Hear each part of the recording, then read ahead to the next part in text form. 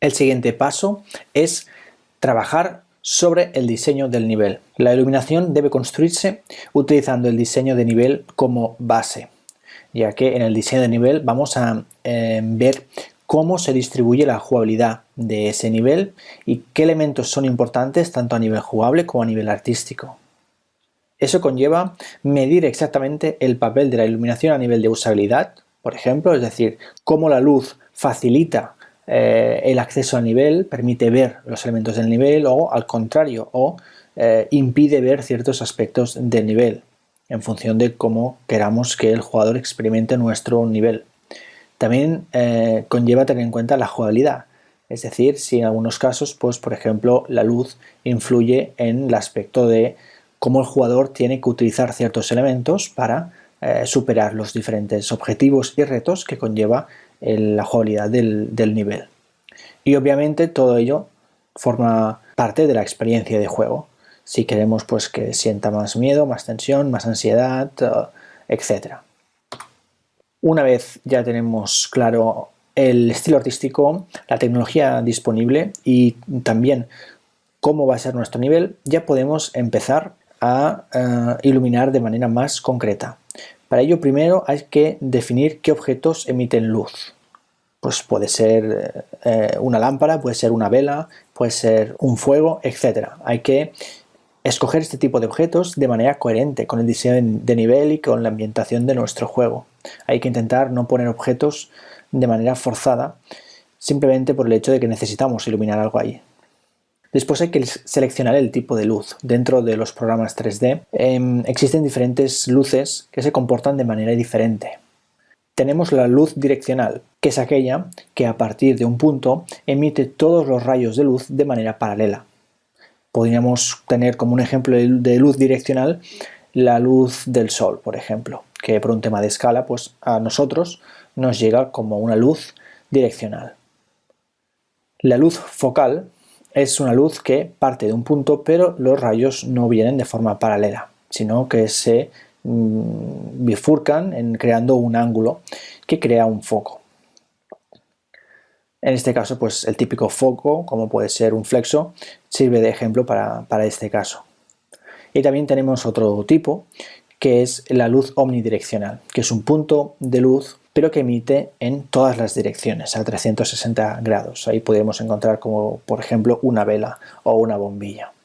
Entonces hay que definir pues qué tipo de luz vamos a utilizar.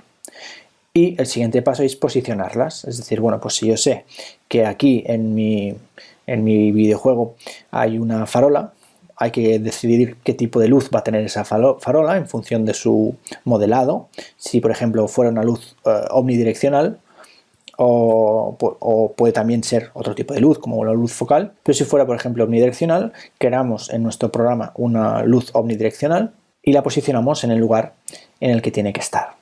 Y así con las diferentes fuentes de luz. A continuación hay que determinar ciertos parámetros específicos de cada una de las luces. Básicamente se trata de definir su color, qué tipo de color van a tener, porque hay luces que son un poquito más amarillas, o otras que son un poquito más verdes y más azules, como por ejemplo la luz de fluorescente. Después de definir el color hay que también determinar su intensidad, cómo de fuerte es esa luz. Hay veces que nos interesan luces muy fuertes o hay veces que interesan luces más tenues.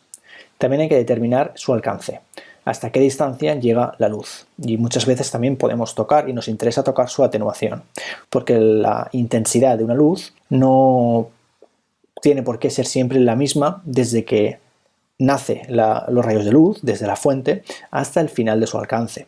Puede ser que a partir de un punto empiece a perder intensidad de forma paulatina hasta llegar a tener una intensidad cero. Así que también podemos tocar su atenuación. Por último, en algunos tipos de luces también podemos cambiar su forma. Por ejemplo, en las luces focales podemos cambiar que el foco de la luz sea circular o cuadrado o incluso rectangular. Una vez ya tenemos las luces posicionadas y una vez ya tenemos cada una de las luces configurada, hay que pasar a calcular los diferentes tipos de luz. Primero por la luz directa. Si estamos utilizando el motor, simplemente habrá que posicionar las luces y configurar sus parámetros y directamente el motor va a calcular esa luz directa. Eso sí, Como siempre, hay que analizar su efecto y corregir si hace falta. Podría ser, por ejemplo, que nos encontrásemos con que falta un poco de luz en la escena. Ahí hay que jugar con variables como podemos añadir otra fuente de luz o podemos subir la intensidad de las luces ya existentes. Si utilizamos un programa de renderizado, pues para el cálculo de luz directa, primero hay que seleccionar el motor de renderizado deseado. En los programas como el 3ds Max existen varios motores de cálculo que se dedican a calcular cálculos complejos, como por ejemplo el de la luz. El motor por defecto es el Scanline y también hay otro motor que se llama Mental Ray que viene con el mismo programa. Se escoge el tipo de motor y a continuación se renderiza. Y el siguiente paso es el mismo, analizar el efecto del render, ver si hay que corregir algún aspecto relacionado con las posiciones de las fuentes de luz, con la cantidad de las fuentes de luz o con sus parámetros básicos de color, intensidad, etc. Como veis, la parte de la luz directa es una parte que pide una configuración relativamente sencilla, tanto si estamos utilizando el cálculo en el motor como si estamos utilizando el cálculo por renderizado independiente. El cálculo de la luz indirecta es un poquito más complejo. Si estamos utilizando el motor, habrá que configurar el motor si estamos calculando también la luz indirecta en tiempo real.